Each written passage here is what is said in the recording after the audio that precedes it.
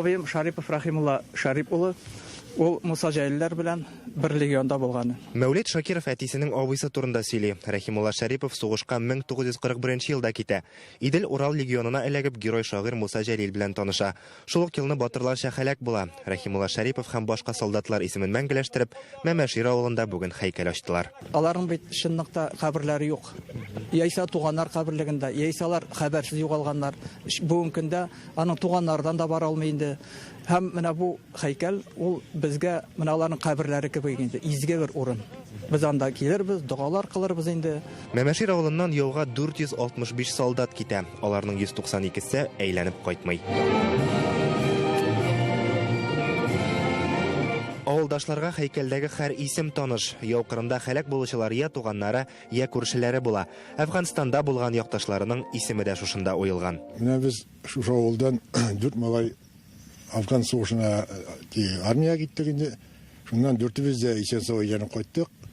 Менә шушы һәйкәлгә безнең дә исемнәрне язып куйганнар. Мәмәшир авылында моңа кадәр дә һәйкәл булган инде. Ул яңасыннан 20 метр ераклыкта урнашкан була. Ә хәзер исә биредә өр-яңа парк ясаганнар. Балалар мәйданчыгы һәм хәтта спорт белән шөгыльләнү өчен махсус җиһазлар да бар.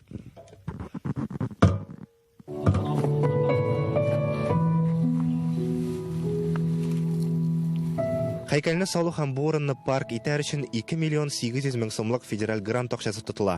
600 мең сум үзара салым акчасы җыялар. Нәтиҗәдә авылның нәкъ үзәгендә һәйкәлле парк барлыкка килә.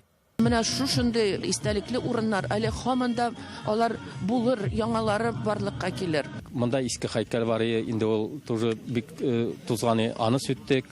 Авыл халкы белән менә шу территорияны җыштыру, шушы сүтү, агарту эшләре бөтенсе авыл халкы ярдәме белән, агачлар утырту, алар ярдәме белән эшләнде. Бүген Кукмараның Березняк авылында да яңа һәйкәл ачылды. Ул да федераль грант акчасына төзелгән. Әлеге ике һәйкәл белән Кукмаралылар бөек җиңүнең 75 еллыгына нокта куя. Кукмара районыннан Илгиз Шәкүров, Данил Филатов, Яңа Гасыр каналы.